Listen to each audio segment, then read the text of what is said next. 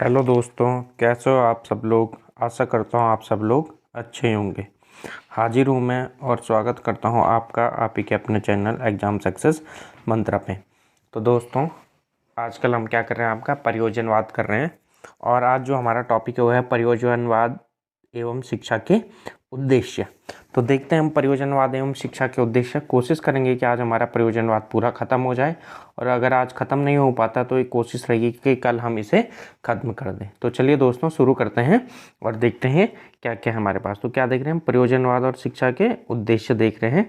प्रयोजनवादियों के अनुसार शिक्षा के उद्देश्य क्या क्या होने चाहिए। तो देखिए, पहले तो क्या कहता है, ये जो इनका पहला उद्देश्य है वो क्या है, प्रक्रिया प्रधान शिक्षा होनी चाहिए। प्रक्रिया प्रधान शिक्षा यानी, अब प्रक्रिया प्रधान शिक्षा का अर्थ क्या हुआ। ये कहते हैं कि यानी जो क्या होता है, बालक होते हैं ना, हमें इस तरह की शिक्षा देनी चाहिए जिसमें बालक क्या हो, अधिक से अधिक क्रियाशील हो।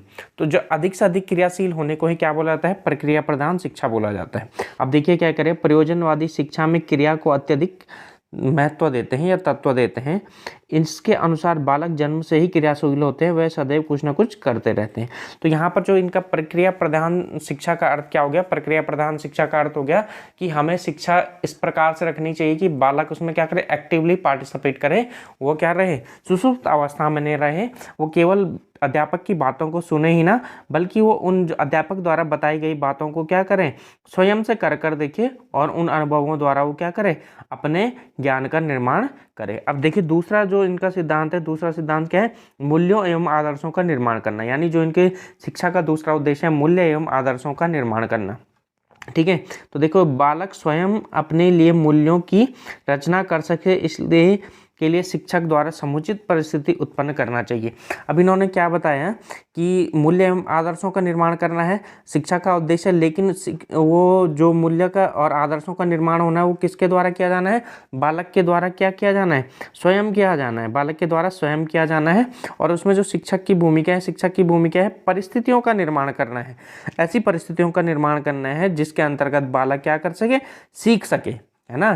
तो वो क्या कहते हैं, मूल्य एवं आदर्शों का निर्माण करना। और इन मूल्य एवं आदर्शों का निर्माण किस तरीके से होना चाहिए कि बालक स्वयं से करे इनका निर्माण। अब स्वयं से निर्माण कब करेगा, जब उसके लिए क्या होंगी, समुचित परिस्थितियां उत्पन्न होंगी। और इन परिस्थितियों को उत्पन्न करने का कार्य कौन करेगा, शिक्षक इन परिस्थितियों को उत्पन्न करने का कार्य करेगा। अब इसके बाद जो इनके तीसरा जो उद्देश्य आता है वो क्या है, सामाजिक कुशलता का विकास करना। जैसे कि मैंने आपको बताया था, जो प्रयोजनवादी क्या मानते हैं कि मनुष्य क्या है, एक सामाजिक प्राणी है और समाज के बिना उसका कोई अस्तित्व नहीं है। तो यहीं पर जो इनका जो तीसरा उद्देश्य होता है क्या है, सामाजिक, ठीक है, कुशलता पर विशिष्ट बल देते हैं। कौन देते हैं, सामाजिक कुशलता पर विशिष्ट बल प्रयोजनवादी देते हैं। ये क्या कहते हैं, सामाजिक विशिष्टता पर हमें क्या देना चाहिए, विशेष बल देना चाहिए। ऐसा किसका कहना है, प्रयोजनवादियों का कहना है। अब सामाजिक विशिष्टता पर या कुशलता पर बल क्यों देना है, क्योंकि मनुष्य क्या एक सामाजिक प्राणी है और समाज के बिना मनुष्य का कोई अस्तित्व नहीं है। इसीलिए हमें इन चीज़ों पर क्या है, बल देना अत्यंत आवश्यक है। अब देखिए, यहीं पर सामाजिक कुशलता का विकास करना शिक्षा का उद्देश्य होना चाहिए। किसने कहा था, जॉन डीवी ने कहा था। तो ये आपके पास इस तरीके का क्वेश्चन सीधा पूछा जा सकता है कि शिक्षा का उद्देश्य क्या है, सामाजिक कुशलता का विकास करना है। ये कथन किसका है, ये कथन हो गया आपके पास जॉन डीवी का। तो ये भी आपको ध्यान रखना है। अब इसके बाद जो इनका अगला उद्देश्य आता है वो क्या आता है, रुचियों एवं प्रवृत्तियों पर बल।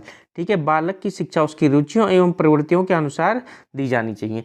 यानी बालक की जो चीज़ सीखने की इच्छा है, जो चीज़ बालक की सीखने की इच्छा है उसी को हमें सिखाना चाहिए। ऐसा नहीं कि बालक की गणित सीखने की इच्छा और आप उसको क्या पढ़ा रहे हो, आप उसे इतिहास पढ़ा रहे हो।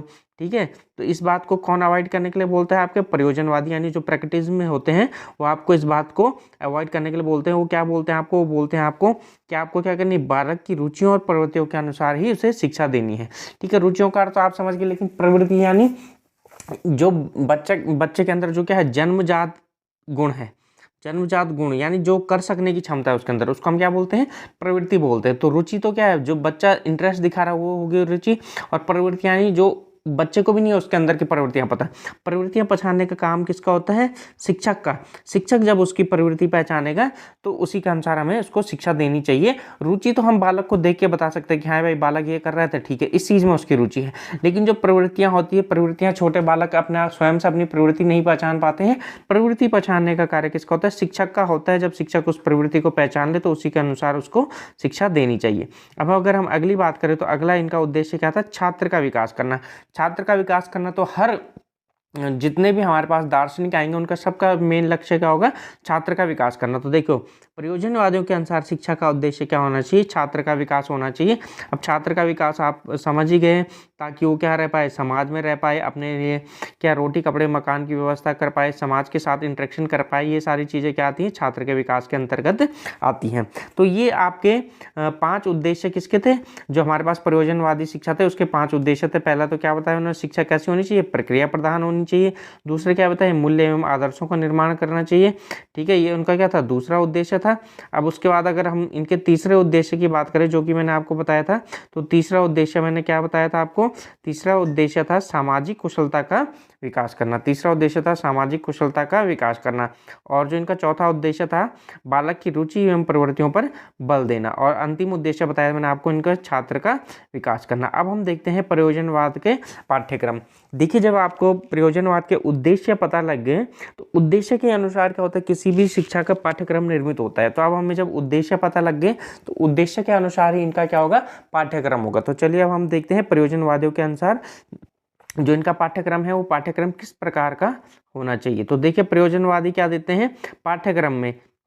कितने बातों पर जोर देते हैं? 4 बातों पर जोर देते हैं। तो आपसे पूछा जाता है कि प्रयोजनवादियों का जो पाठ्यक्रम है कितने आधारों पर निर्मित है? तो कितने आधारों पर निर्मित है प्रयोजनवादियों का पाठ्यक्रम?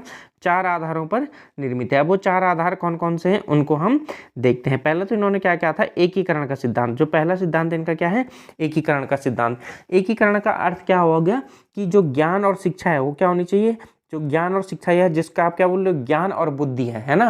जो ज्ञान और बुद्धि है वो एक दूसरे से अलग नहीं होनी चाहिए, यानी दोनों एक दूसरे से क्या होने चाहिए? जुड़े होने चाहिए। देखिए, इसके अनुसार बुद्धि एवं ज्ञान में एकीकरण होना चाहिए, अतः पाठ्यक्रम को विभिन्न विषयों में विभाजित नहीं करना चाहिए। ठीक है, तो एकीकरण का कथन क्या हो गया इनका? जो बुद्धि है और जो ज्ञान है, यानी वो इस प्रकार से होनी चाहिए कि दोनों एक दूसरे का क्या करें? पूरक का कार्य करें। तो इसके लिए उन्होंने क्या कहा था? विषय विभिन्न विषयों में विभाजित, पाठ्यक्रम को विभिन्न विषयों में विभाजित नहीं होना चाहिए। तो यहाँ से आपका जो महत्वपूर्ण क्वेश्चन बनता है, किसने पाठ्यक्रम को विभिन्न विषयों में, ठीक है, विभिन्न विषयों में बांटने का विरोध किया है? किसने किया है विभिन्न विषयों में बांटने का विरोध? तो विभिन्न विषयों में बांटने का विरोध किया आपके किसने? ठीक है, प्रयोजनवाद ने। किसने किया है? प्रयोजनवाद ने। तो ये यहाँ से आपका इंपॉर्टेंट क्वेश्चन बनता है, तो आपको याद रखना है, ठीक है, कि प्रयोजन पाठ्यक्रम को विभिन्न विषयों में बांटने का विरोध किसने किया है? प्रयोजनवाद ने किया है। अब देखिए, यहीं पर एक आपके फिलोसोफर आते हैं रॉस। उन्होंने क्या कहा है? किसी विशेष विषय पर कार्य करने की अपेक्षा उन सभी ज्ञान पर आधारित होना चाहिए जिसमें बालक को लगना है। क्या कहा? पाठ्यक्रम को। उन्होंने क्या बोला? पाठ्यक्रम। अब देखिए, मैं आपको समझाने की कोशिश करता हूँ। क्या बोला है? किसी विशेष विषय पर कार्य करने की अपेक्षा उन सभी ज्ञान पर आधारित होना चाहिए जिसमें बालक को लगना है। यानी कि ये भी क्या करता है? जो रॉस है, रॉस भी क्या कर रहे हैं? पाठ्यक्रम का विरोध कर रहे हैं। रॉस भी क्या कर रहे हैं? ये भी क्या कर रहे हैं? पाठ्यक्रम का क्या कर रहे हैं? विरोध कर रहे हैं। बल्कि ये क्या कर रहे हैं? हमें बच्चे को ऐसे काम सिखाने चाहिए, यानी ऐसे पाठ्यक्रम पढ़ाना चाहिए जो उसके भविष्य में काम आए, जो उसका क्या है? भविष्य में काम आए। देखिए, उन सभी ज्ञान पर आधारित होना चाहिए जिसमें बालक को लगना है। बालक को लगने का अर्थ क्या है?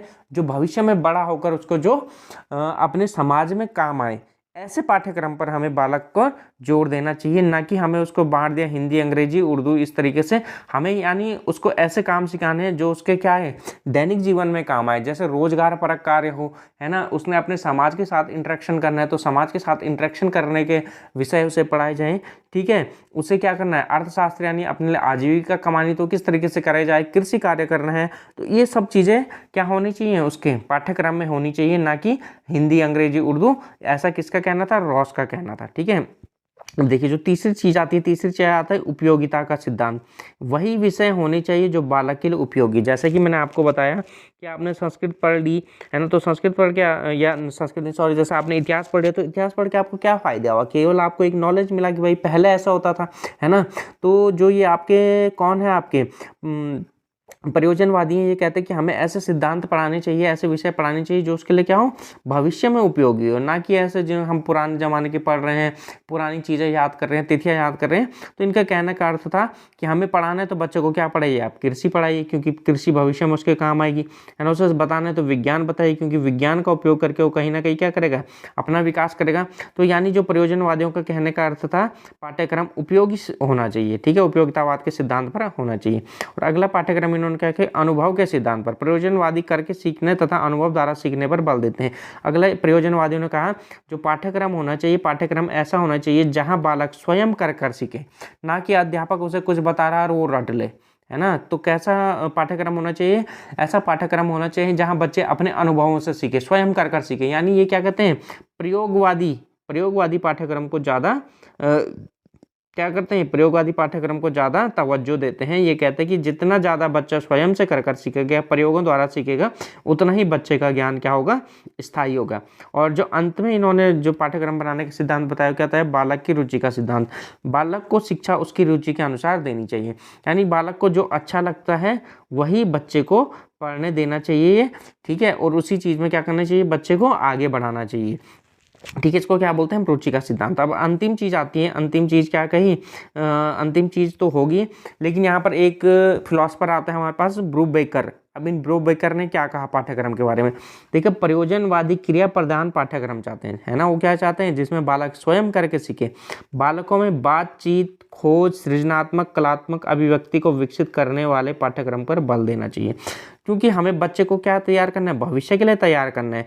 तो भविष्य में तैयार करना है तो बच्चा कहाँ रहेगा, समाज में रहेगा, तो उसे बातचीत करनी आनी चाहिए, उसे खोज करनी आनी चाहिए, उसमें सृजनात्मकता, यानी उसके सामने जो दैनिक जीवन में समस्याएं आ रही हैं, उन समस्याओं को दूर करने के लिए उसके अंदर क्या होना चाहिए, सृजनात्मकता का गुण होना चाहिए, कलात्मक अभिव्यक्ति, यानी अपनी बात दूसरे तक पहुँचाने का उसमें गुण होना चाहिए, ठीक है। ये सभी गुण को विकसित करने वाला पाठ्यक्रम होना चाहिए, ऐसा किसने कहा था, ब्रूबेकर ने कहा था।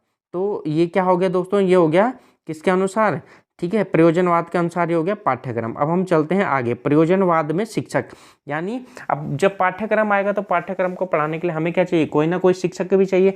तो प्रयोजनवाद में जो शिक्षक है, उस शिक्षक की क्या भूमिका होनी चाहिए, इसको कौन, इसके प्रयोजनवाद के अनुसार जो शिक्षक की पाठ्यक्रम को पढ़ाने में क्या भूमिका होनी चाहिए। अब देखिए, प्रयोजनवादी शिक्षक का महत्वपूर्ण स्थान मानते हैं।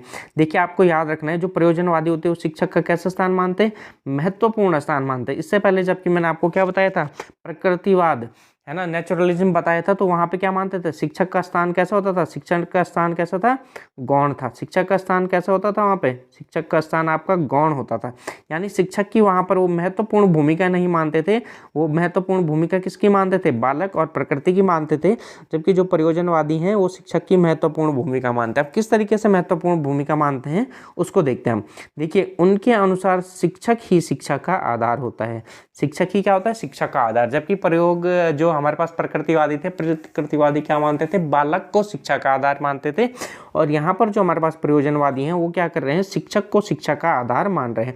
अब शिक्षक को शिक्षा का आधार किस आधार पर मान रहे हैं, उनके कहने का अर्थ है कि प्रकृति में तो बहुत कुछ होता है, गलत चीजें भी होती हैं, है ना। तो लेकिन जो अध्यापक होता है, अध्यापक ही बच्चे को प्रकृति में सही चीजें और सही वातावरण चुनने के लिए क्या करता है, मार्गदर्शन करता है। तो जब बालक को सही मार्गदर्शन मिलेगा तो बालक अच्छा बालक बनेगा और समाज में अच्छा कार्य करेगा। देखिए, तो वही चीज आगे बताता है, वातावरण का चयन और बालकों की उद्देश्य पूर्ति के लिए क्रियाओं का अभ्यास और क्रियाओं का इस प्रकार से चयन करना कि बालक की इंद्रिय और मानसिक दोनों शक्तियों का विकास हो, शिक्षक के कार्य हैं। वो क्या कहना चाह रहे हैं कि प्रकृति में तो बहुत सारी चीज़ें हैं, है ना, कुछ गलत चीज़ें भी हैं, तो उन चीज़ों में से वातावरण का चयन करना, ठीक है, उन चीज़ों में से सही चीज़ का चयन करना। अब देखिए, अगर आपको बालक को कुछ सिखाना भी तो हर चीज़ तो हो नहीं सकती, है ना। अगर आपको बच्चे को बताना है कि भाई आग से जलते, तो आप बच्चे को आग के पास तो ले जा नहीं सकते, क्योंकि बच्चा जल जाएगा। तो अब यहाँ पर आग जैसा वातावरण बनाने के लिए ये वातावरण चयन करना, ये किसका कार्य होता है, फिर शिक्षक का कार्य होता है ना। अब बच्चे को क्या होते हैं, समाज में तो बहुत प्रकार से क्या है, आपराधिक लोग भी रहते हैं, तो उनमें बच्चे क्या पता उनसे कुछ सीख ले, चोरी करना सीख ले, झूठ करना बोलना सीख ले। तो ये क्या है, इन बच्चों को ये बात कौन बताए कि भाई ये चीज़ गलत है, ये चीज़ सही है, ये सारा काम किसका है, अध्यापक का। तो वही चीज़ वो कह रहा है, क्या कह रहा है कि वातावरण का चयन करना, यानी बच्चे को कुछ सिखाना है तो वातावरण का चयन करना।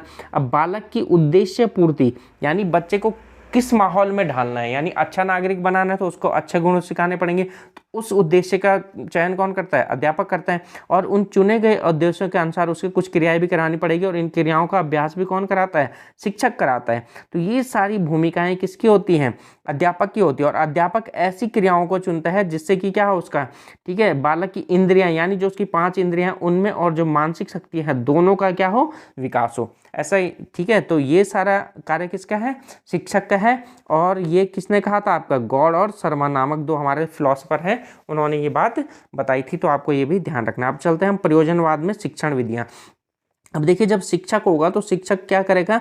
बच्चों को पढ़ाने के लिए कुछ ना कुछ शिक्षण विधियां अपनाएगा। तो प्रयोजनवाद में कौन सी शिक्षण विधियां होनी चाहिए, इस पर चर्चा करते हैं। तो देखो, जो प्रयोजनवादी होते हैं वो क्या करते हैं? प्रगतिशील शिक्षण पद्धति को अपनाते हैं। तो आपसे क्वेश्चन पूछा जा सकता है कि जो प्रयोजनवादी होते हैं वो किस प्रकार की शिक्षण पद्धति को अपनाते हैं? तो किस प्रकार की? प्रगतिशील शिक्षण पद्धति को अपनाते हैं। किस प्रकार की? प्रगतिशील शिक्षण पद्धति को अपनाते हैं। अब देखिए, यह प्राचीन के प्रति चेतावनी देता है कि हमारी शिक्षण विधियां प्रयोगात्मक हो। यानी जो रॉस है, रॉस क्या कहता है? हमें प्रयोगात्मक शिक्षक विधियों का अधिक से अधिक प्रयोग करना चाहिए, क्योंकि प्रयोगात्मक शिक्षक विधियों द्वारा, शिक्षण विधियों द्वारा ही क्या होता है? बालक की अधिक से अधिक इंद्रियां काम करती हैं। और जब बालक की अधिक से अधिक इंद्रियां काम करती हैं तो उसके जो ज्ञान का अनुभव होता है वो क्या होता है? वास्तविक अनुभव होता है। तो इस प्रयोगात्मक शिक्षा पद्धति अपनाने के लिए बोलता है। तो देखिए कौन कौन सी शिक्षण विधियां अपनाते हैं। सबसे पहले तो ये अपनाता है कौन सी? ठीक है, एकीकरण के द्वारा सीखना। जैसे कि मैंने आपको बताया, एकीकरण के द्वारा सीखने का अर्थ क्या होगा? कि जो बालक ने अपनी इंद्रियों द्वारा अलग अलग एक ही वस्तु के बारे में अलग अलग ज्ञान लिया है, उन अलग अलग ज्ञान को एक साथ जोड़ना। ठीक है, अलग अलग ज्ञान को क्या करना? एक साथ जोड़ना। उसी को क्या कहा जाता है? एकीकरण के द्वारा सीखना। अगले क्या बोलते हैं? सीखने की उद्देश्य क्रिया प्रणाली। सीखने की उद्देश्य क्रिया प्रणाली। ठीक है, उद्देश्य क्रिया प्रणाली का अर्थ क्या हो गया? यानी जो हमारे उद्देश्य हैं उसी उद्देश्य के अनुसार हमें बालक को शिक्षण विधियां देनी चाहिए। अगला क्या क्या? करके सीखना, यानी अनुभव द्वारा सीखना। यानी बच्चा जितना अधिक से अधिक स्वयं से प्रयोग करेगा तो वो बच्चा उतने से उतना अधिक सीखेगा। तो जिनमें इन सब के विधियों का उपयोग होता है वही शिक्षण विधियां हमारे बालकों को पढ़ाने के लिए उपयोग की जाती है। अगला आता है प्रयोजनवाद एवं विद्यालय। तो देखिए, प्रयोजनवाद के अनुसार विद्यालय किस प्रकार का होना चाहिए, इस पर हम चर्चा करते हैं। तो देखिए क्या कहते हैं? प्रयोजनवादियों के अनुसार विद्यालय समाज का एक लघु रूप है। सबसे पहले तो ये हो गया आपके पास एक इंपॉर्टेंट क्वेश्चन, आपसे पूछा जा सकता है कि कौन विद्यालय को समाज का लघु रूप मानता है? तो कौन मानता है? प्रयोजनवादी विद्यालय को समाज का लघु रूप मानते हैं। अगला क्या है? विद्यालय और समाज में क्या है? घनिष्ठ संबंध है। समाज में श्रेष्ठता उत्पन्न करने के लिए यह आवश्यक है अच्छे स्कूल में अच्छे गुणों का विकास किया जाए। तो जैसे कि आपको पता है, बालक स्कूल के बाद कहाँ जाता है? समाज में जाता है। अगर हमें अच्छा समाज चाहिए तो हमें बालक में विद्यालय से ही अच्छे गुण विकसित करने पड़ेंगे। अच्छे गुण विकसित होंगे तभी तो वो क्या बनेगा? अच्छा नागरिक बनेगा। अगर बालक के अंदर विद्यालय में अच्छे गुण विकसित नहीं हो पाए तो समाज पर भी उसका क्या पड़ता है? प्रतिकूल प्रभाव पड़ता है। अब देखिए यहाँ पे, ठीक है, प्रयोजनवादियों के अनुसार विद्यालय आवश्यक क्यों है? देखो, प्रयोजनवादी क्या कहते हैं? घर में बालक को आदर्श वातावरण प्राप्त नहीं होता, अतः विद्यालय का दायित्व बढ़ जाता है। ठीक है, अब क्योंकि घर में हर चीज़ तो नहीं सिखाई जा सकती, क्योंकि क्या आपने देखा होगा कई माता पिता क्या होते हैं? पढ़े लिखे नहीं होते हैं, तो बच्चे को उस प्रकार का वातावरण नहीं दे पाते जिससे बालक सीख पाए या बच्चे के अंदर कुछ क्रियात्मक कार्य हो पाए। तो इसलिए क्या कहते हैं जो हमारे पास प्रयोजनवादी वो कहते हैं कि हम बच्चे को हर तरीके का वातावरण घर में नहीं दे सकते, तो इसीलिए जो विद्यालय की स्थापना करना क्या हो जाता है? अत्यंत आवश्यक हो जाता है। और विद्यालय ही ऐसी संस्था है जहां बालक को उचित वातावरण मिलता है और उचित वातावरण में क्या करते हैं? बालक अपना अच्छी तरीके से विकास कर पाता है। ऐसा कहना किसका है? प्रयोजनवादियों का कहना है। तो यहीं पर अंतिम चीज आती है हमारे पास, विद्यालय समाज के सच्चे प्रतिनिधि हैं। विद्यालय समाज के सच्चे प्रतिनिधि है, ऐसा किसने कहा है? ऐसा जॉन डीवी के द्वारा कहा गया। क्या कहा? विद्यालय समाज के सच्चे प्रतिनिधि है, ऐसा किसने कहा? जॉन डीवी ने कहा है। तो ठीक है दोस्तों, आज हम क्या कर चुके हैं? आज हम अपने जो प्रयोजनवादी शिक्षा का काफी कुछ हद तक पूरा कर चुके हैं। आज हमने क्या देखा? आज हमने देखा है प्रयोजनवाद के उद्देश्य देखे हैं। ठीक है, और हमने देखा है क्या? प्रयोजनवाद के ठीक है सिद्धांत देखे, प्रयोजनवाद एवं शिक्षक देखा, प्रयोजनवाद के अनुसार विद्यालय देखा। अब हमारे पास एक टॉपिक बचता है, लास्ट टॉपिक, जिसको हम कल ख़त्म कर लेंगे। प्रयोजनवाद के क्या, प्रयोजनवाद की मूल्यांकन, प्रयोजनवाद का मूल्यांकन कहिए, प्रयोजनवाद का मूल्यांकन, यानी प्रयोजनवाद में क्या क्या चीज़ें अच्छी हैं, क्या क्या चीज़ें खराब है और क्या क्या हमने आधुनिक समय में प्रयोजनवाद से अपनाई हैं। तो ये टॉपिक हमारा अंतिम बच जाता है, जिसको हम कल ख़त्म कर लेंगे और इसके बाद हम देखेंगे आपका अगला कोई टॉपिक जो आपके सिलेबस के अकॉर्डिंग हो। ठीक है दोस्तों, आशा करता हूँ कि जो कुछ मैंने आपको पढ़ाया आपकी समझ में आया होगा। अगर कुछ भी आपकी समझ में नहीं आता है तो आप तुरंत कमेंट करके बता दीजिए। जैसा कि मैं हमेशा कहता हूँ, आपकी जो भी शंका या समाधान होगा उसको दूर करने की मैं पूरी कोशिश करूँगा। और साथ ही साथ अगर आपको कुछ भी अच्छा लगता है हमारे द्वारा पढ़ाया गया तो आप अपने अन्य दोस्तों को भी बता सकते हैं कि हमारे चैनल एग्जाम सक्सेस मंत्रा से वे क्या कर सकते हैं, उत्तराखंड LT की तैयारी कर सकते हैं। दोस्तों अब मेरी कोशिश ये रहेगी कि आपका जो 50 नंबर का शुरुआत का सिलेबस है उसको मैं आपका पेपर होने से पहले पूरा ख़त्म करा दूं। ठीक है दोस्तों, तो अपने दोस्तों को भी बताइए, उस चैनल को लाइक शेयर और सब्सक्राइब करने के लिए कहिए। तो ठीक है दोस्तों, स्वस्थ रहिए, मस्त रहिए, पढ़ते रहिए और हमारे चैनल एग्जाम सक्सेस मंत्रा से जुड़े रहिए।